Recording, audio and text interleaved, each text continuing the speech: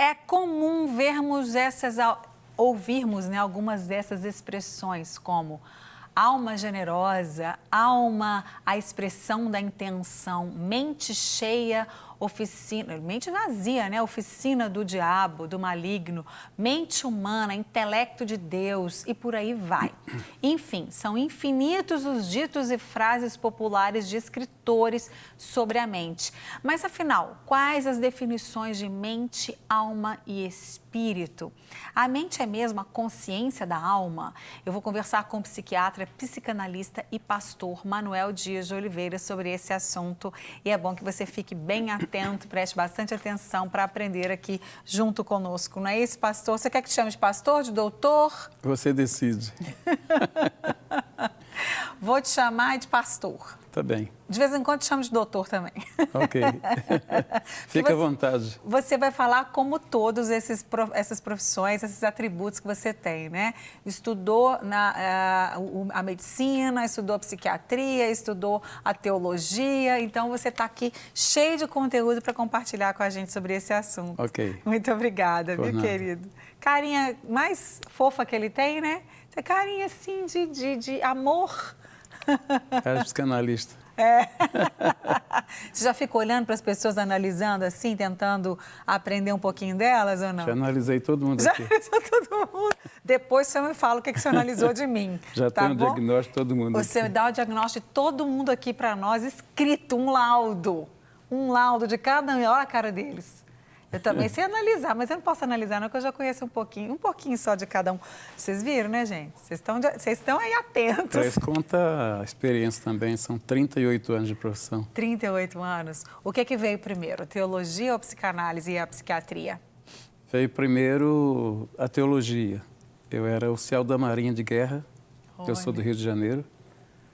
Aí, aos 18 anos, eu ingressei na Escola Naval para ser oficial da Marinha de Guerra. Quando já era capitão da Marinha, aliás, era primeiro-tenente, fui promovido a capitão, não cheguei a ser investido no posto, porque Deus me chamou para o ministério.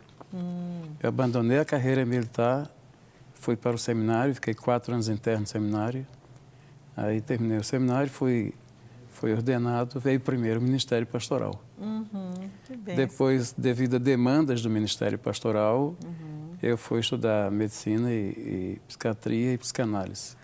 Sentia necessidade mesmo. Tinha necessidade, porque muitas pessoas vinham ao meu gabinete pastoral, aí eu orava com aquelas pessoas, dava uma palavra a aquelas pessoas, fazia comentários de textos bíblicos com aquelas pessoas, mas eu percebia que elas retornavam constantemente com as mesmas afecções comportamentais.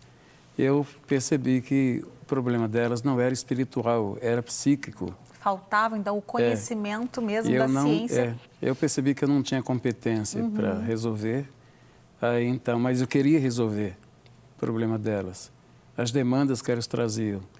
Aí, então, fui partir para a saúde mental, fui me especializar para poder ajudar as ovelhas e os pacientes, né, as pessoas que vinham de fora em busca de soluções para os seus problemas. De ajuda. Parabéns, viu, pastor Manuel, doutor Manuel, pela sua iniciativa, porque não é fácil, você já é um pastor, você já tinha abandonado uma carreira e começar do zero, estudar medicina, são muitos anos, depois a psiquiatria, quer dizer, são uns 10 anos aí, né, de estudo para você, então, estar apto como psiquiatra, a atender, mas a ajuda, a necessidade, quer dizer, isso realmente é um amor, é o serviço, né, o servir o outro, o amor que você queria ter completo, né? Ajudar as pessoas de uma forma completa. Eu já acho que já nasci vocacionado para isso, porque com 14 anos de idade, eu fui morar sozinho. Minha mãe morreu, eu tinha 6 meses de idade. Sério? É.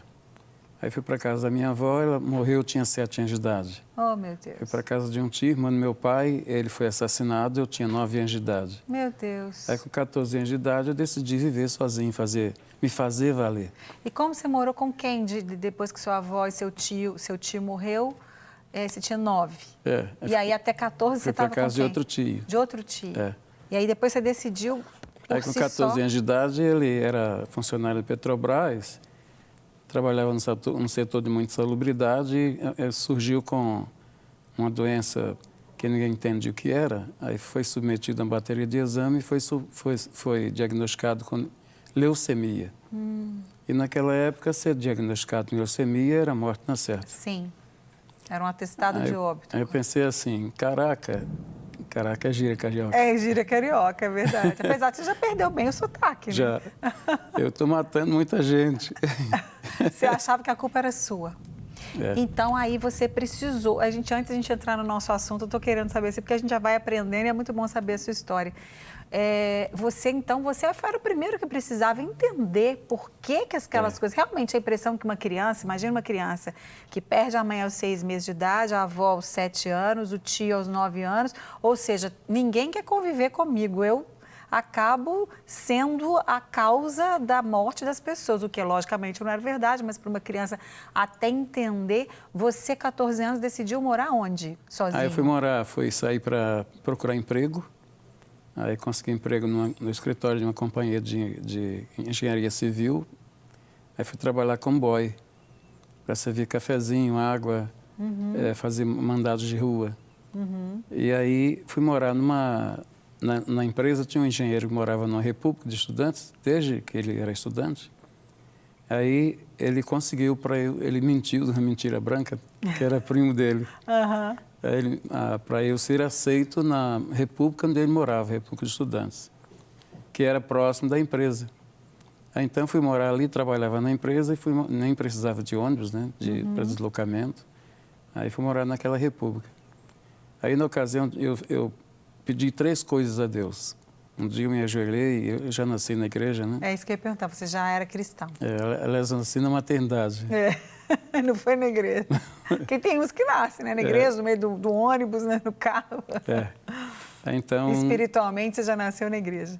Eu pedi 3 coisas a Deus: inteligência, amor e humildade.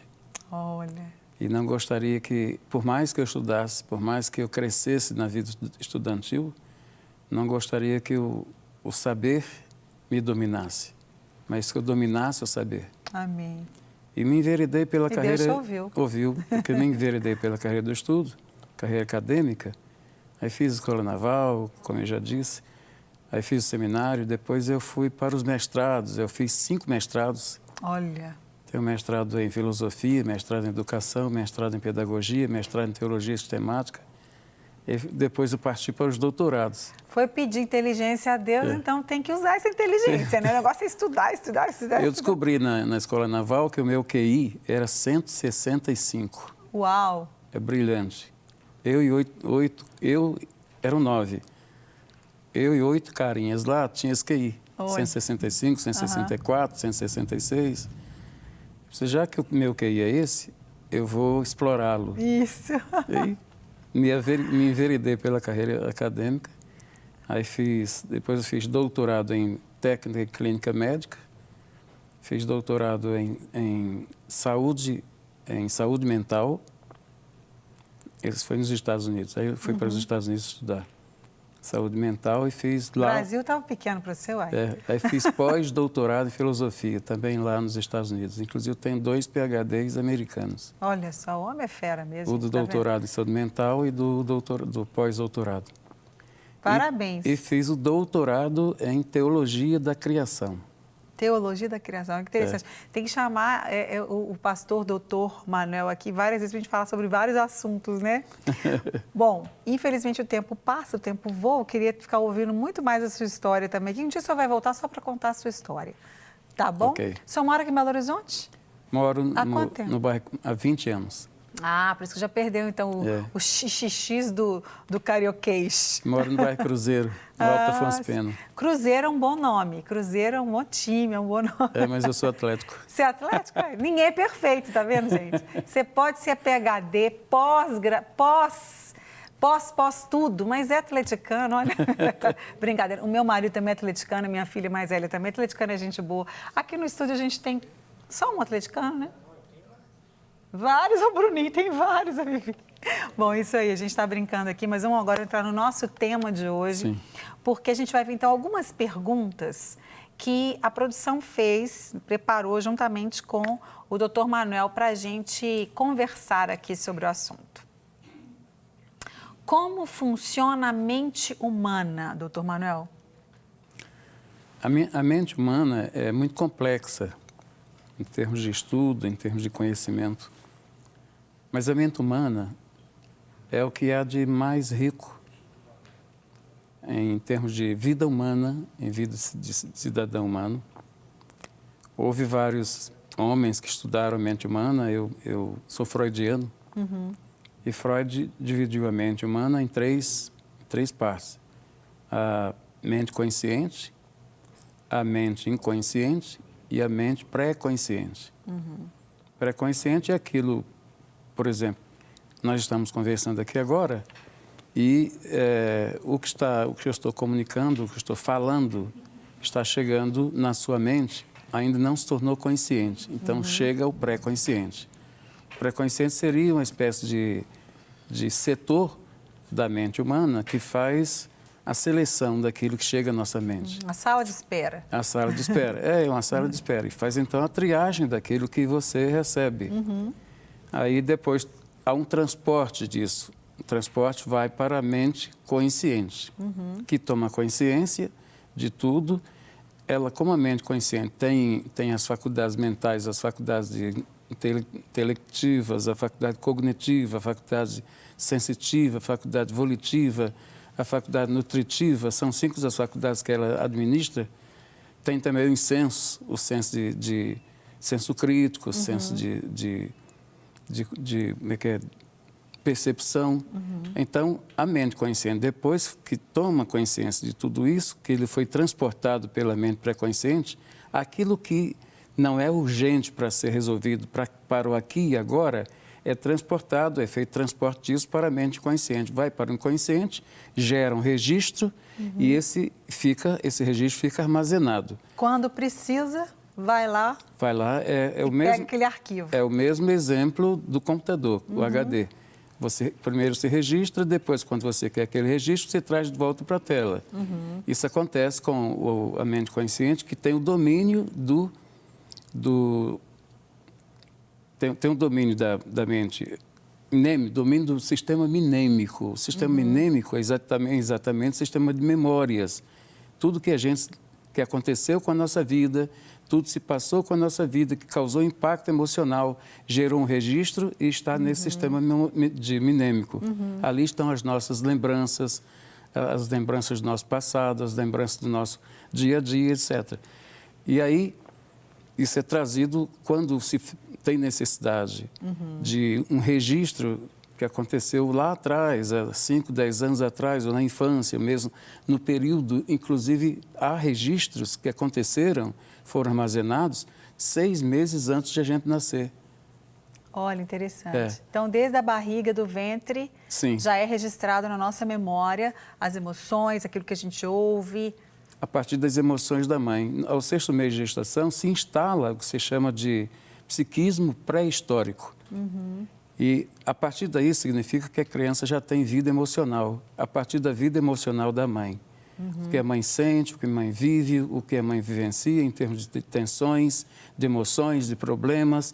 Isso gera um registro e está nesse psiquismo pré-histórico. Que é a nossa pergunta número 2, que a gente acabou de mostrar ali, né? O psiquismo pré-histórico, não é da pré-história lá, dos dinossauros, né?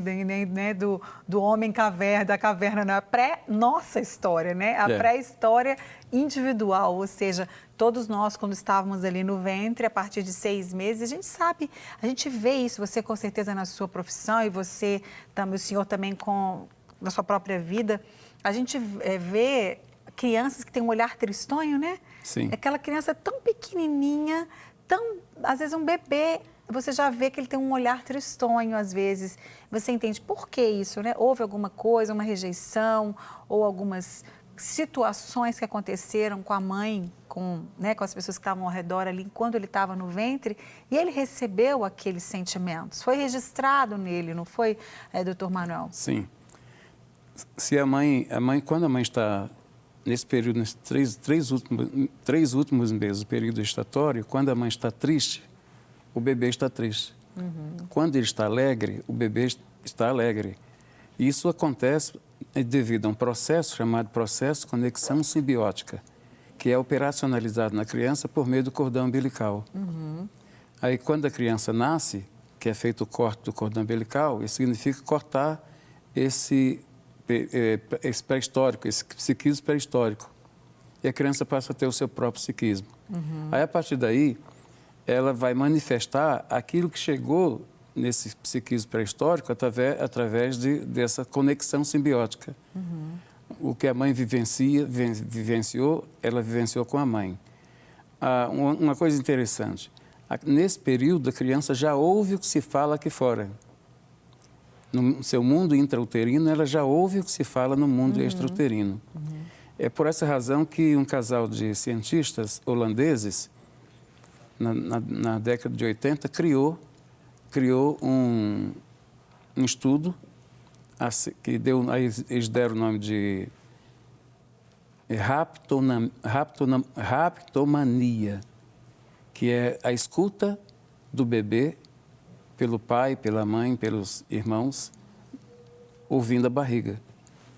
Porque ao falar com a barriga, a criança está ouvindo. Por isso que os psicólogos, os pediatras passaram a usar essa técnica, que é uma técnica, chama-se técnica de raptomania, porque há o diálogo, se estabelece a partir daí o diálogo com a criança, a conversação com a criança no mundo intrauterino e os pais no mundo extrauterino num diálogo extraordinariamente maravilhoso. Com certeza. Então, quando a criança vem para o mundo extrauterino, ela já identifica o pai e a mãe e os irmãos pelas vozes deles. As vozes que eles ouviram através desse processo. Então, doutor Manuel, tem um CD, eu compus as canções, até lá no carro tem, de repente, até o final do programa eu mostro para quem ainda não conhece. É um CD que chama Meu Amor, Meu Bebê. Eu comecei a compor as canções quando eu estava... Antes, eu tive uma gestação e eu comecei a compor, eu perdi, depois eu engravidei de novo. E aí comecei a compor essas canções exatamente para a gente cantar para o nosso bebê desde que ele está na barriga. Dizendo o quanto ele é amado, o quanto ele é bem-vindo, o quanto ele é abençoado, o quanto Deus o ama, o quanto nós amamos aquele bebê. E esse CD é para ajudar, porque muitas vezes as pessoas não sabem muito expressar, né? Mesmo a mãe que está com o bebê na barriga, como ela também não aprendeu, o pai, às vezes eles não sabem demonstrar todo esse amor pelo bebê. Então, essas canções são para isso. Isso é científico, viu, gente? Vocês estão vendo aqui, né? É científico e a gente vai... Sem saber, você estava operacionalizando a técnica da raptonomia. Exatamente. Eu não sabia o nome da técnica, mas eu já tinha lido sobre isso, que realmente, a partir de, se não me engano, 24, 25 semanas, se eu estiver enganada, né, o bebê, ele ouve e ajuda no desenvolvimento intelectual do bebê também. Músicas clássicas, não é? Ajudam nesse desenvolvimento intelectual, a inteligência do bebê. E ele recebe também essa memória emocional, né? Essas palavras todas. E também o que a Bíblia diz, né? Que as palavras agradáveis, elas são saúde para o corpo e para a alma. A Bíblia é muito rica cientificamente, né? Eu encontrei na Bíblia 486 textos psicoterapêuticos. Meu Deus, é isso que eu ia te perguntar. Essa coisa da ciência, porque você estudou e se aprofundou muito na teologia e também na ciência, né? Na medicina, na psiquiatria. Muitas pessoas acham que não são compatíveis, que uma nega a outra. E eu quero saber do senhor daqui a pouco. Nós vamos fazer uma pausa na nossa conversa aqui e depois a gente volta, que a gente vai falar mais sobre a mente, a gente quer absorver aqui do doutor, pastor Manuel sobre esse assunto e saber também como é que foi, se você sentiu algum conflito, como é que foi quanto mais você se aprofundava nas duas ciências, né? Tanto na ciência espiritual, ou seja, no conhecimento de Deus, quanto na ciência humana, como é que foi isso para você e como é que foi o seu processo de autoconhecimento também, de saber aí como é que tudo funcionou na sua vida? E um monte de coisa que eu quero saber, um monte de coisa. Antes da gente ir para o intervalo, eu falei que eu queria saber mais um tanto de coisa, não falei? Falou. O senhor lembra qual foi a primeira coisa que eu falei que eu queria saber? O senhor é o mestre da mente, vai ter que lembrar. Bom, eu lembro. Pode falar. Ou eu não lembro? Tem que lembrar também, né? Não, eu falei que eu queria saber de um monte de coisa. Uma delas é como é que o senhor foi entendendo a sua história, que o senhor perdeu a mãe aos 6 meses de vida. Eu vou ver se eu decorei. Sim. A avó aos 7 anos e o tio aos 9 anos. Não é isso? A mãe aos 6 meses. 6 meses de vida, exatamente. E aí o senhor achava que todo mundo que estava ao seu... O senhor era culpado de que todo mundo que estava ao seu redor ia, então a culpa era sua. Quando foi que o senhor trabalhou isso, entendeu que obviamente não era assim? E essa é a primeira pergunta, depois eu faço a outra. Foi exatamente aos 14 anos de idade, quando eu tomei a decisão de morar sozinho, viver sozinho, fazer valer a minha vida. E aí a primeira coisa que eu busquei para fazer valer a minha vida foi me apresentar diante de Deus e pedir aquelas 3 coisas. Sim. Sabedoria, Amor e humildade. Eu falei que por mais que eu crescesse na vida, eu gostaria que nada me dominasse a minha mente, mas que eu dominasse o saber. E Deus me permitiu isso e tem sido uma tônica na minha vida. Hoje eu tenho 71 anos de idade. Não parece de jeito nenhum. Todo mundo fala isso. Bom demais ser jovem, né? É a mente que manda, né? E a minha vida tem sido pautada nesse princípio. Eu entendi que por mais perdas que eu tivesse, por mais sentimentos de perdas que eu tivesse, as perdas não seriam tão importantes mais do que a vontade de viver. E a vontade de me sobressair sobre as tempestades, as intempéries da vida. Então, as nossas decisões, elas contam muito, né? A gente decidir, a gente escolher ser, fazer algo diferente daquilo que a gente foi programado para ser. A sua decisão é que conta. Eu tenho um colega americano, chama-se David Yalope. Ele também é psiquiatra, é psicanalista, também é cristão. Ele tem várias obras, como eu também tenho. Sou autor de 24 obras. Ele não trouxe nenhuma para nós? Tem a 25ª está para sair.